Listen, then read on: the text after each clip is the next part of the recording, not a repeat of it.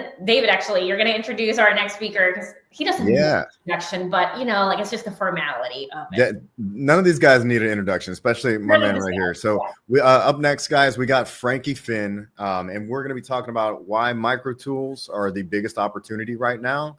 And I have personally some questions because this reminds me of something I've seen before, which is amazing because I feel like this is a rebirth of a lot of different strategies. So Build Once and Rent Forever by Frankie Fihn. He's a best-selling author, marketing expert. He's helped agencies grow for over 17 years.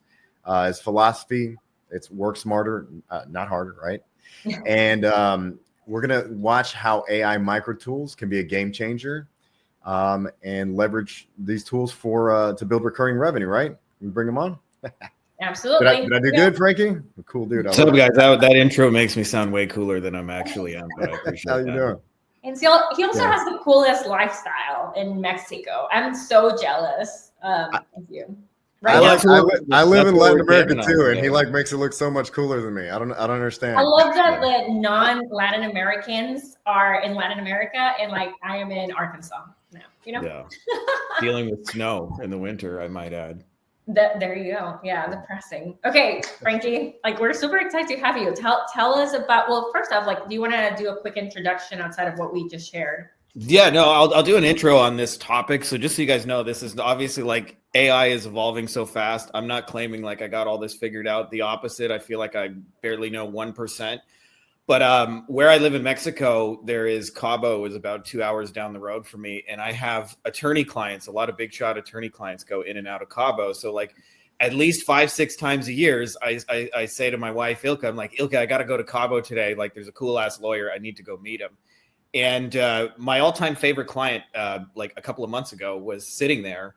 And we were just shooting the shit. This wasn't a sell session or whatever. I just wanted to hang out with him face to face. He was in this 5-star resort. And it's kind of funny because it's first world American prices. So I actually came home and told my maid how much he was spending for the week. And I was like, hey, he spends more in food on a week staying at this resort than you do for a family of 8 for the entire year.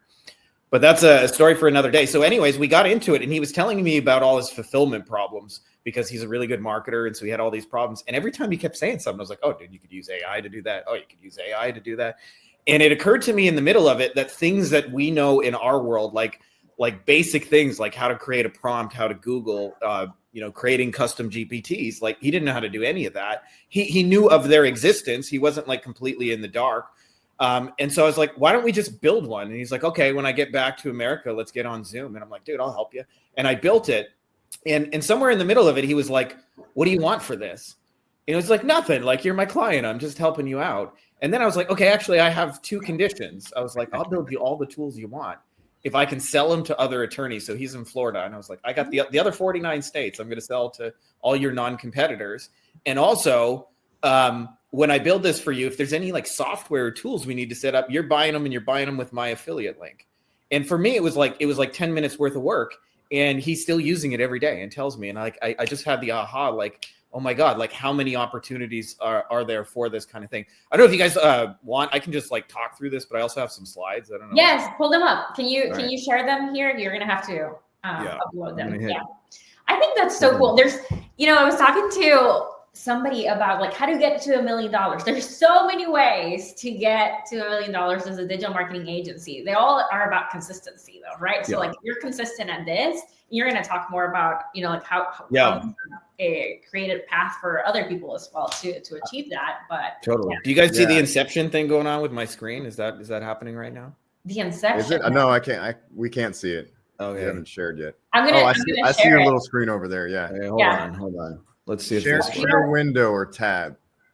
What about this? Secret, Hey guys, I do want to say what he's I've been diving into some of this as well, and the people that are taking advantage of this the most are young guys and young YouTubers. So guys, the big difference that I think the big huge advantage that we have in the agency space is you have much more business and marketing experience than these young bucks coming in and just taking advantage of the opportunity and beating you to the punch. So I mean that's you know what I'm talking about, right, Frankie? Amen to that, my man. Like it's a huge advantage. And I want to show you guys a specific opportunity where you can create what I call a market of one. So there's a lot of awesome tools out there, but I want you guys to create them in ways where you have no competition. Can you guys see my slides? Are they coming up? Yeah. You see some Zach Morris there. That's how you know it's for old guys today when you got Zach Morris. So this is kind of like something I went kind of deep on in my second book, but it's the idea of like build once and do without effort. And it actually came from a legal mentor of mine who I was in the middle of my second agency. I was like financially successful, but it was a big grind.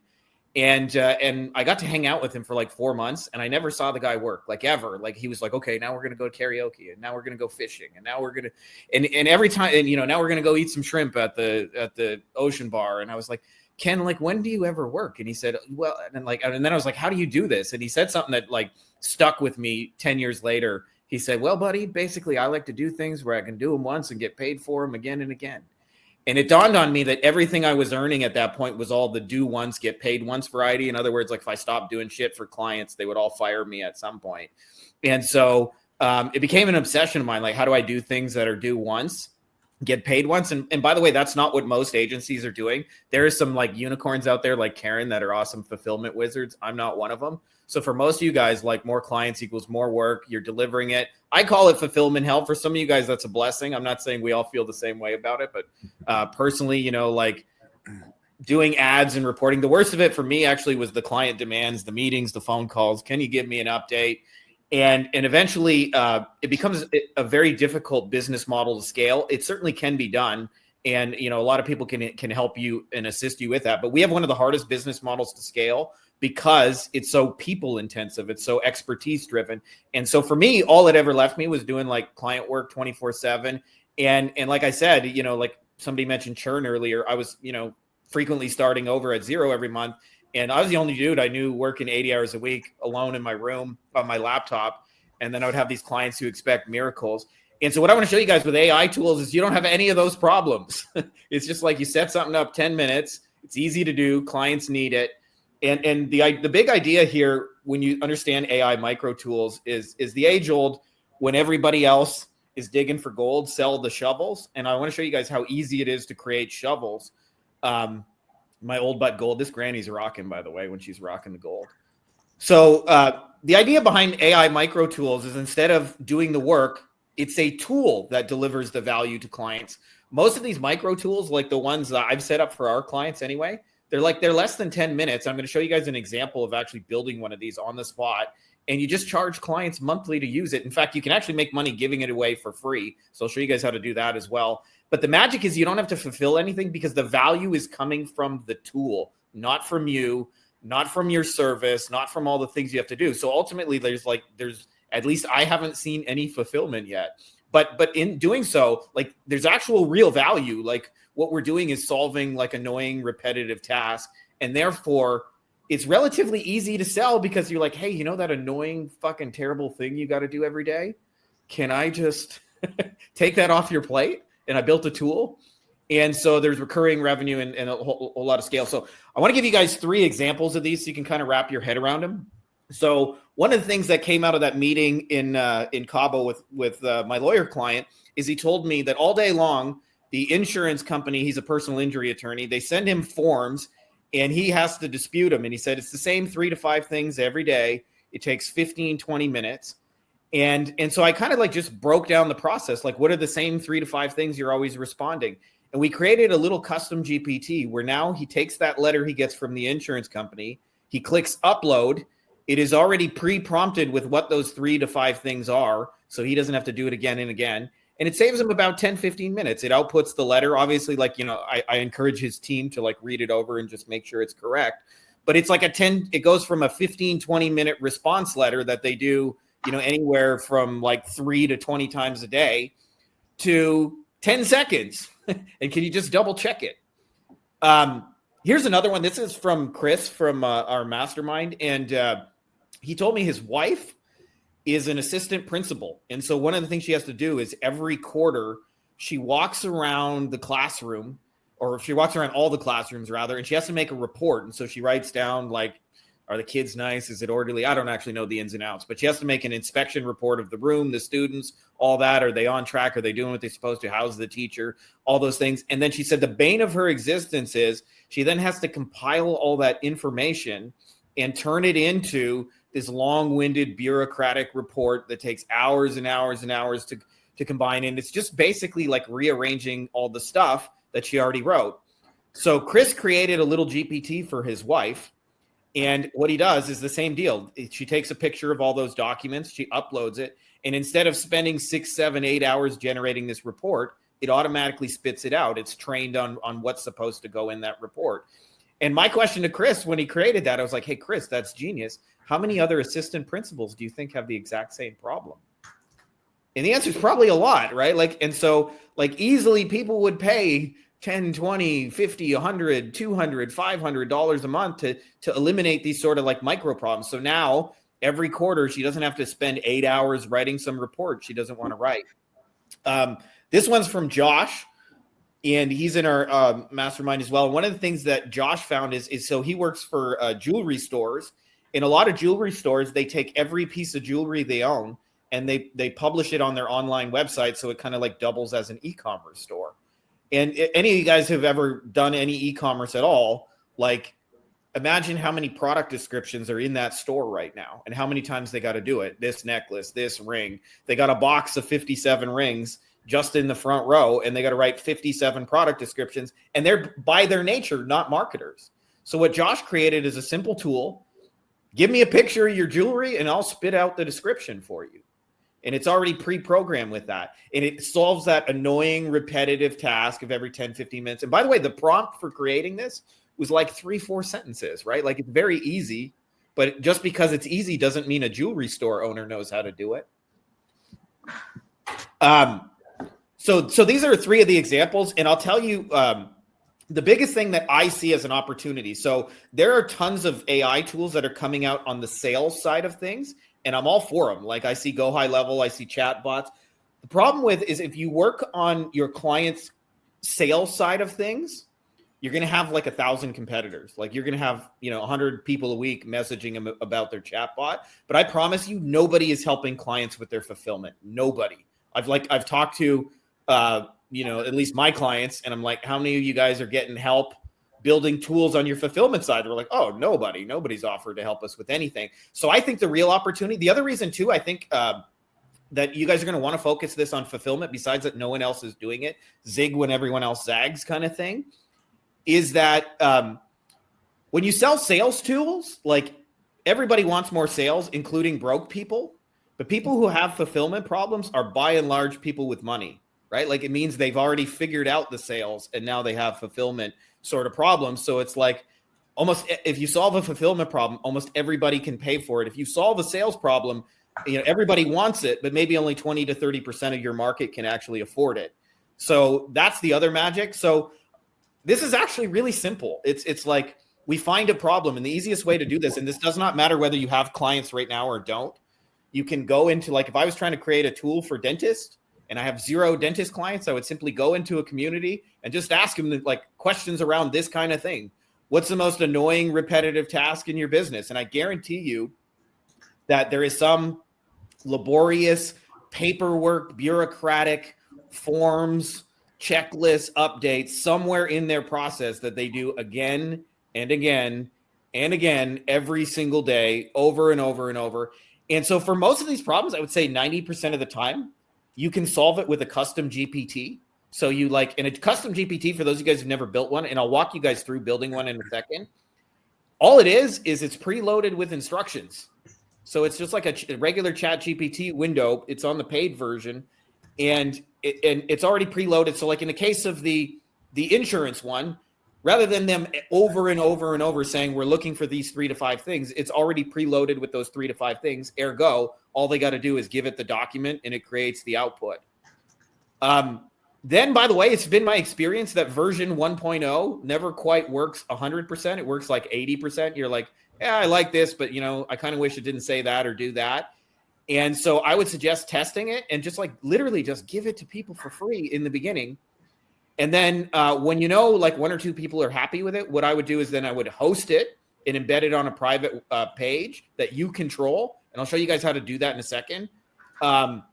So that you can password protect it, so that you can control and then monetize it. And you can either charge a monthly fee, or I'll show you guys, you can actually make money just giving away the tools for free that help people. And the way we do this is, like I said, like my favorite way is to go into Facebook communities or ask existing clients. But like there's real problems. So like when I did the 90-day challenge in restoration. So for those of you guys who don't know me, like the number one question I got asked over the last 7 years, if you're me, you're starting over, you want to get to 10K a month as fast as humanly possible, what would you do? And after like years and years of thinking about like, what would I do? I decided like, I'll just do it and I'll document it. And so I created a new agency in the water damage restoration space. And here's an example of one of the problems, okay, is these guys have to respond to insurance adjusters over and over and over, who basically try and draw out paying them or try and like kind of like, you know, get them at a lower price or whatever, because insurance companies don't want to give away money. And so there's this long drawn out back and forth process on getting paid. And they're saying the same things over and over and over and over and over. So here's the thing, like what I'm trying to do, by the way, when I'm creating a micro tool, this is a question I asked in a group, like, I don't know, like a day or two ago, is like, in essence, like, what are the couple of steps you're doing? So like my question was like, what are you saying to these people again and again and again? Because we can program AI to handle those responses, right? Like, what are the 5-10 things you're saying again and again and again and again and again? Well, how easy would it be to create a response bot? Like, hey, I know you got to respond to the insurance adjuster 10 times a day. How about I just create a bot? And now when they give you their reply, you just copy and paste it and we'll give you the correct way to handle it. So I'll tell you, it's there's more than one way to find these problems, but my favorite is just ask in Facebook groups, because you're not selling anything, right? You're like, this is easy to do. You just say, hey, what's some annoying shit you got to do every day? And they'll just tell you. And by the way, like the most annoying things, they tend to get more upvoted. And in doing so, when you create a tool that solves that problem, you're basically in a category of one, because you're going to be the only one. Like, so if I create a tool, I don't know whether I will, but if I create a tool to like respond to insurance companies for restoration contractors, chances are like I'm the only one on earth with a tool like that. So this is the magic of it, is like you're building it once, but you're solving a repetitive thing they do day in and day out. And so the more repetitive, the more annoying, the more monotonous it is, like the more money that's going to be in it for you, because nobody likes doing the boring, monotonous stuff that needs to be done day to day. So I mentioned this before, but 90% of these problems can be solved with a custom GPT without fancy integrations, without anything. It's really, and by the way, if you guys never used a custom GPT, it's just like, again, it's just a preloaded GPT. It has a prompt, it has a conversation starter, and then in some cases, it'll have reference material. So I'm just going to actually stop screen share just for a sec, and I'm gonna make one of these on the spot for you guys, so you guys can see how easy this actually is. It is so easy. I remember when I first heard about like GPTs, I'm like, oh my gosh, like that sounds so. I think I mentioned like to David, I like messaged him. I'm like, this is like, I'm gonna try to do one. It really is so easy. Obviously, it depends on the prompts and everything to like make it, you know, like super. But you can come up with something like fairly quick that is, you know, like. Just like does something, right? And it gets you halfway there, at least, like way more than. So we're going to create a real tool right now that has like mass adoption use. And this is not my idea, just so you guys know. But I was surfing Reddit the other day, and somebody asked, what's the coolest thing you're doing with ChatGPT that's not like business related? And somebody said, I took a picture of what's in my fridge. I uploaded it to ChatGPT and I said, what can I make with this? And it spit out 10 recipes. I saw that too. I was like, oh, and I guarantee you there's like, 100,000 people tonight with that exact problem. Now, to everybody here, if you're in internet marketing and you use ChatGPT, like that's a 2-3 sentence prompt. That's like very easy to figure out. But I promise you, to like average normal people who have never heard of ChatGPT, are not tech savvy, you could give them ChatGPT, you could install it on their phone or computer or whatever. You could create their login and they'll just look in at it and go, what do I do now? So we want to create a tool that makes it super easy. So here, I'm going to make this tool. It's going to take us about 60 seconds. While you're doing that, fun fact, I did a tweak on that food one. I took a picture of the pantry, all the spices, because the maid didn't, she's like, I don't know what salsas to make. There's nothing here. And I'm like, hold on. I don't know anything about cooking. Okay. Right. And I'm not fluent in Spanish. Imagine how I'm gonna do this. So I had to create like 10 salsa recipes for like wings or something like that kind of sauce. Yeah. And then translate it into Spanish. And I'm like, here you go. And it was delicious, guys. It was delicious. Yeah. Okay. David revolutionizing the industry in Nicaragua So just so you guys know, I got ChatGPT up on my phone and I like talking to it. I find it easier than typing. So there's a little microphone button that you can use to record, and that's all we're going to do right here. Hey, ChatGPT, I'm trying to create a custom GPT. I would like you to output a prompt and a conversation starter. What I would like this GPT to do is the user will give you a picture of what's inside of their fridge, and I would like you to output 10 possible recipes. Then in step 2, at the end of that, I would like you to ask them if any of those recipes appeal to them. If they don't, I want you to give more suggestions. If they do, I want you to give the recipe and the cooking instructions step by step so they can make that easily. Please create this now. It was 35 seconds, by the way. That's pretty cool. I love that voice. So now it's spitting out everything we need to create that GPT. And so we can create that. We can embed it on a page, and we can just say, upload a picture of what's in your fridge. Now, for everybody here, like, that's a 2-3 sentence prompt. That's not very difficult to figure out. But I promise you, regular everyday people, like, it became abundantly clear when I was talking to my lawyer friend, like, things that are just really obvious in our world are not so obvious in theirs, right? Like, you know, hey, you're saying the same 3 to 5 things over and over. Why don't you just program those 3 to 5 things into a prompt so you don't have to like do it again and again? By the way, it created that for us. It gave us most people's extent of using AI is like Google. Like they're using it like Google. That's what I've come to understand is they're not using it like we've been using it, but it's because of the pre-existing tools that came before the chat really popped off, I think. You know. So this one says fridge feast recipe generator, system instructions, and it has more detail, but it says analyze what's in their fridge, check for any user preference, give them step-by-step cooking instructions, encourage customization, keep it user-friendly and fun. I didn't read the whole thing because it's a little bit of a novel, but then the conversation starter is, this is what's preloaded that the user sees. It says, hey there, snap a picture of what's inside your fridge and I'll turn it into a delicious meal. No stress, no food waste, just creative and tasty ideas based on what you've got. Let's see what we can cook up. Person clicks a button, give me a photo. Here's your recipes. Would you like step by? And by the way, we could add, can you also give the option to output the instructions in Spanish? Mm-hmm. I remember when we did a live training here in town for just business owners on AI, and we were going through like, do you know that like there was like a company that was selling cars and rental, but they had a lot of like Hispanics coming because the price was so like, you know, like it was one of those like type of dealerships. And I was like, do you know you can use ChatGPT to just translate, you know, those conversations, you know, so you can like give them like all like how you're gonna get the loan, like all the information in Spanish. The guy was like, what?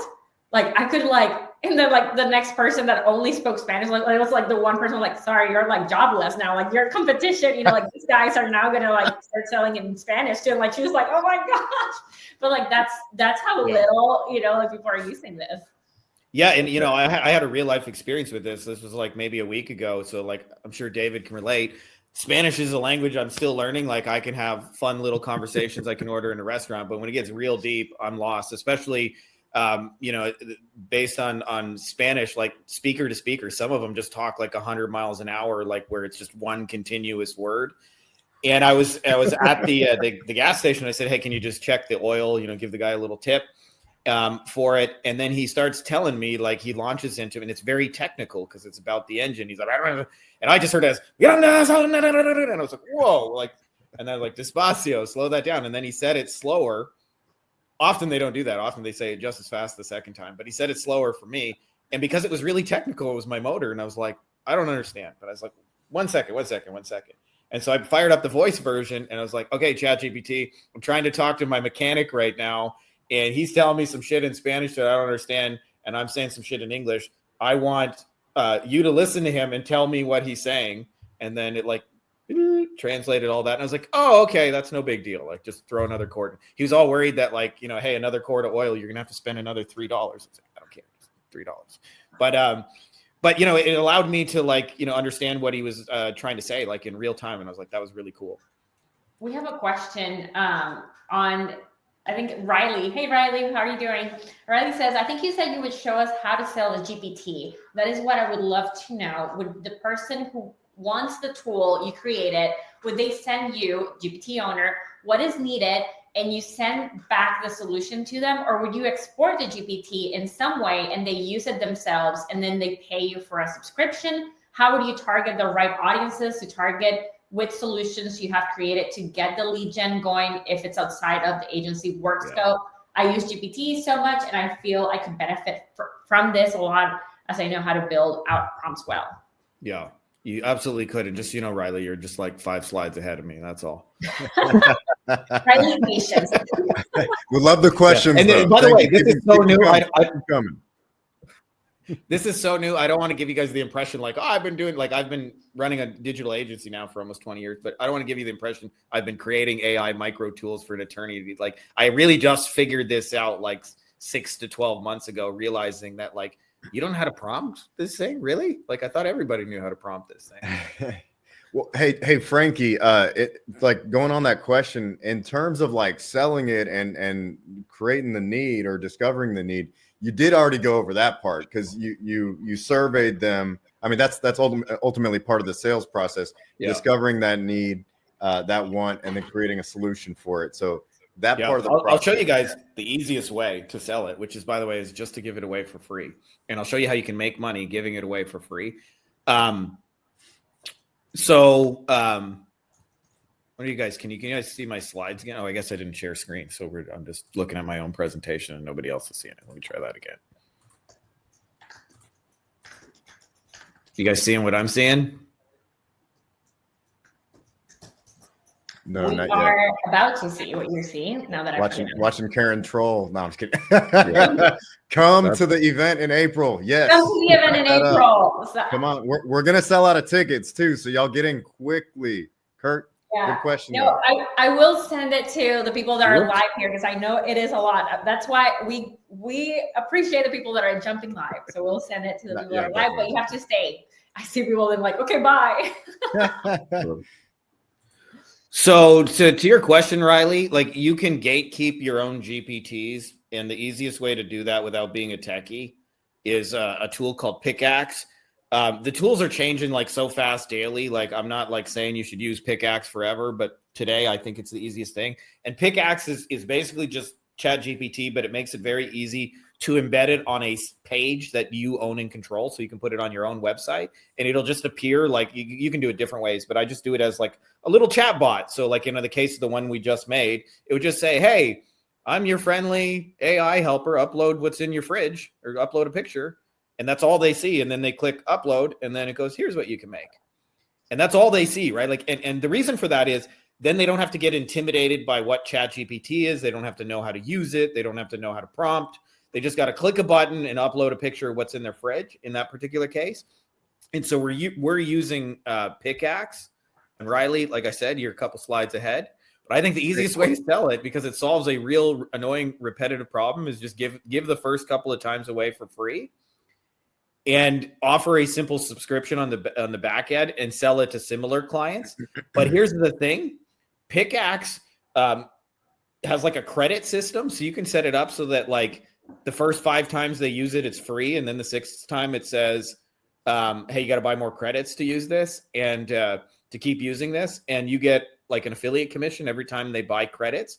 So you can actually totally monetize it, just giving away the thing for free and like embedding 5, 10, 20 free credits, let people make the first 5 recipes and sort of get, dependent on it in one form or another. And then in doing so, But I think the marketing writes itself because you started with the problem.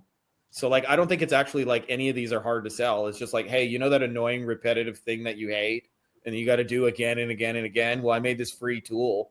Do you want to try my free tool? Like it's not like a super complex pitch. It's very different too, by the way, when you're messaging somebody to try and sell a service versus when you're messaging somebody to try and give them a free tool that solves a monumental problem in their life.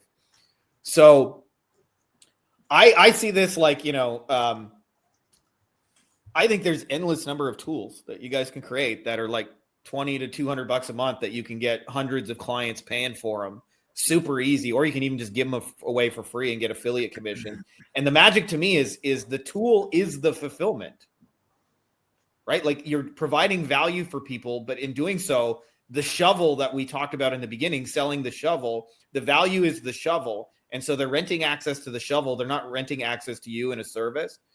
And so I think the way of starting with this is just brainstorm one annoying client. Like just ask a client if you got one, or ask a community if you don't.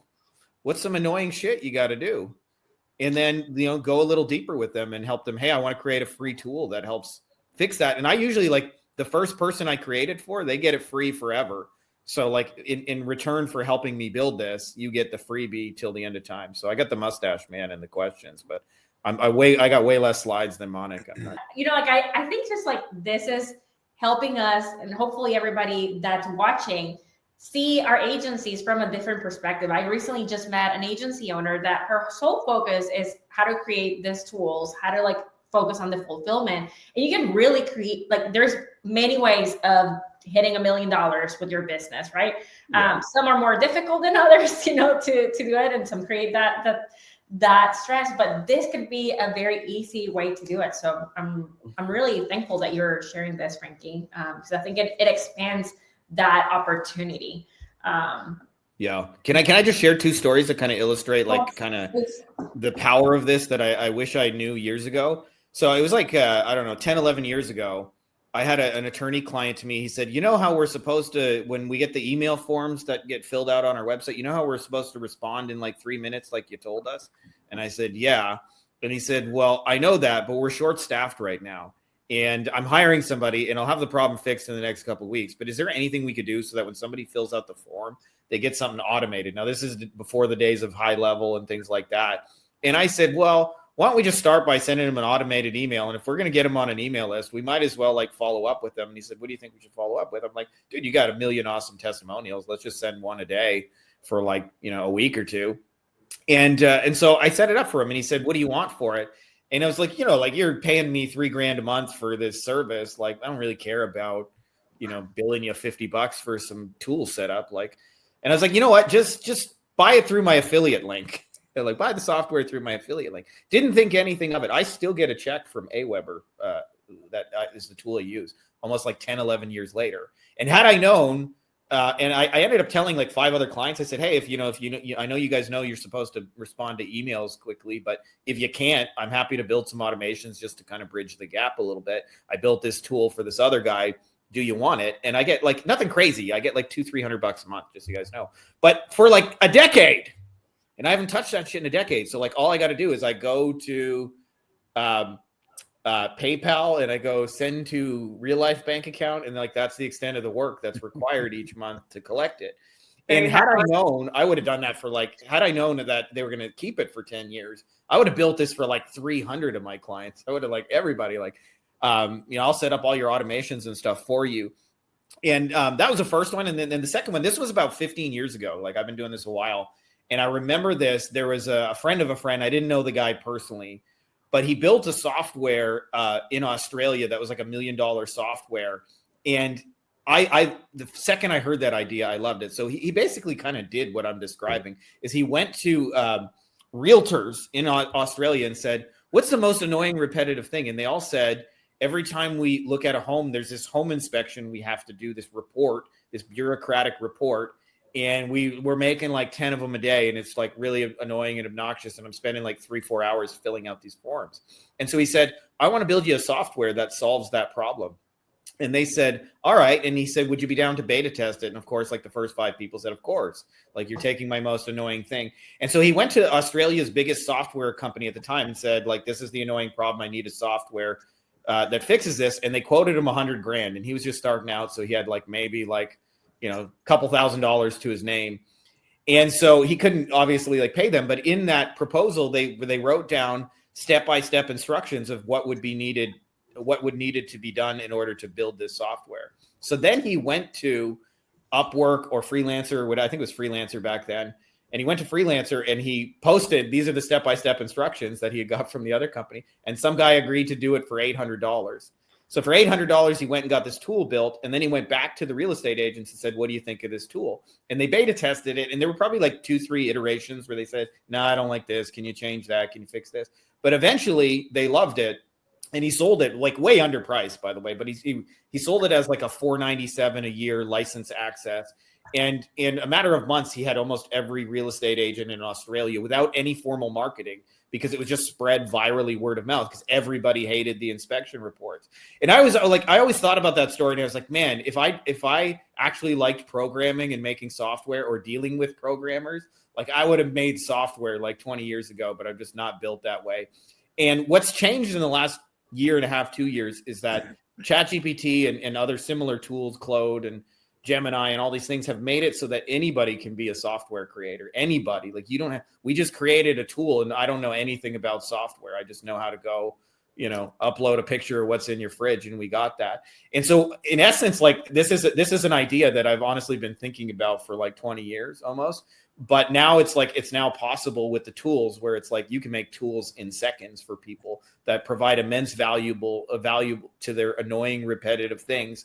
And in doing so, you're going to be the only one who creates that tool for a dentist. There'll be 1,000 people trying to sell him a chat bot by next year, but you'll be the only one saying, hey, you know those annoying, repetitive forms that you got to sit in the back room filling out 20 times a day? Well, why don't you just take a picture and upload it here, and I'll do all your forms for you. It's crazy. I was just talking to our team yesterday. We had, we're running local service ads for some roofers. And with that, you're able to say, hey, like this was spam. And so you can how do you call it when you go back to Google and say, remove this from me? Yeah. Like there's a word for that. And I don't know. Anyways, there's a word in English that I just forgot. So can you audit that and can you report it?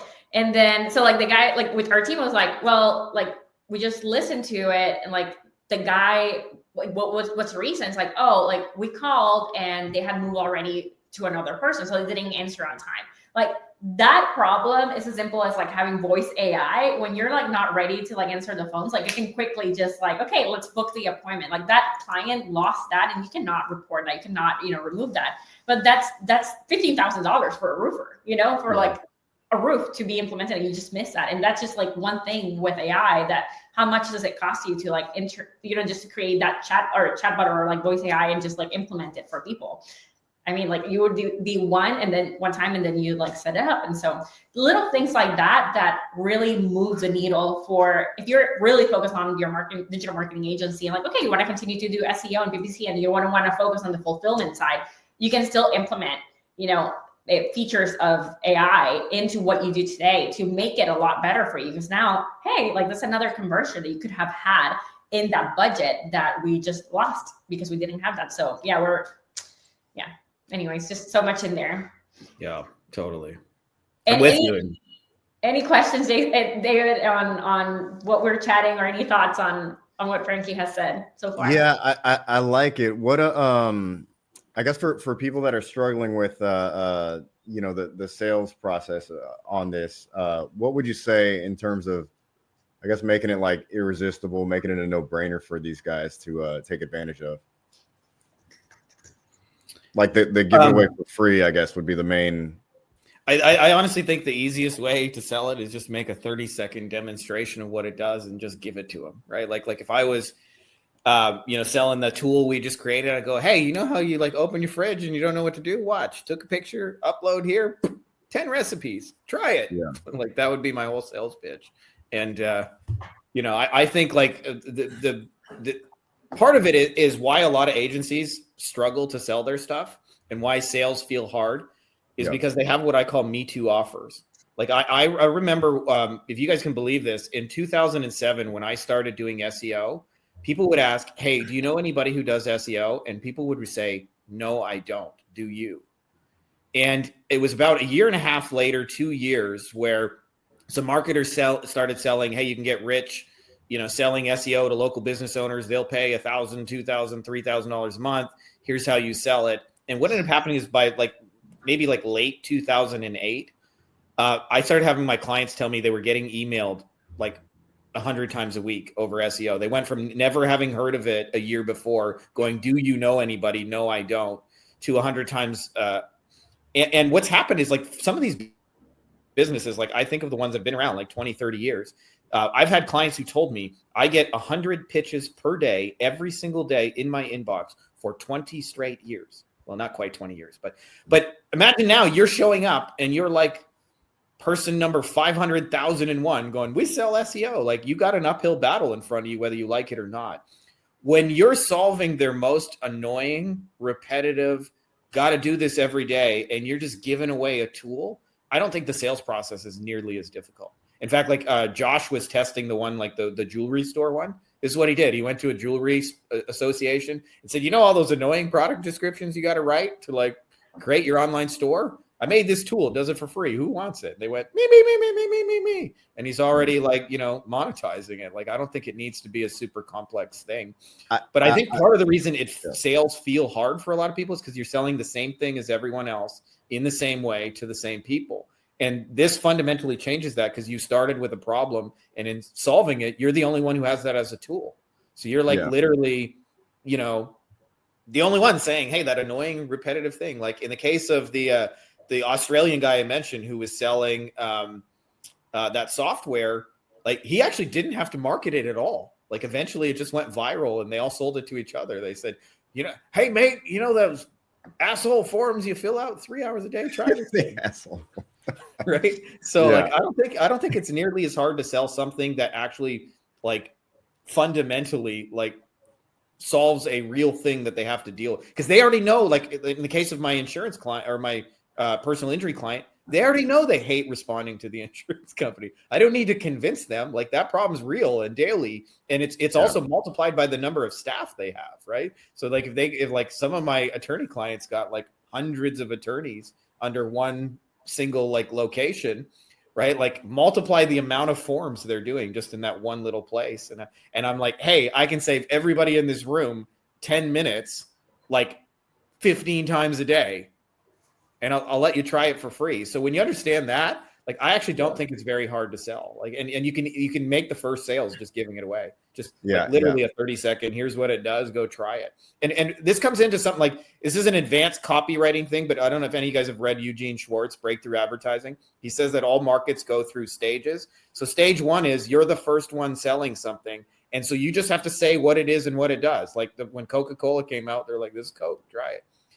Then what happens is you reach stage two, and you get the copycats who come in and say, I can do it cheaper, I can do it faster, I can do it better, our stuff is cooler. And what happens is over time, the promises get more and more exaggerated to the point they're no longer believable. So you see this in weight loss, lose 30 pounds in 6 seconds, eating the nothing but cake diet, and just sprinkle this magic powder on your cake and you'll lose weight. It's not believable anymore.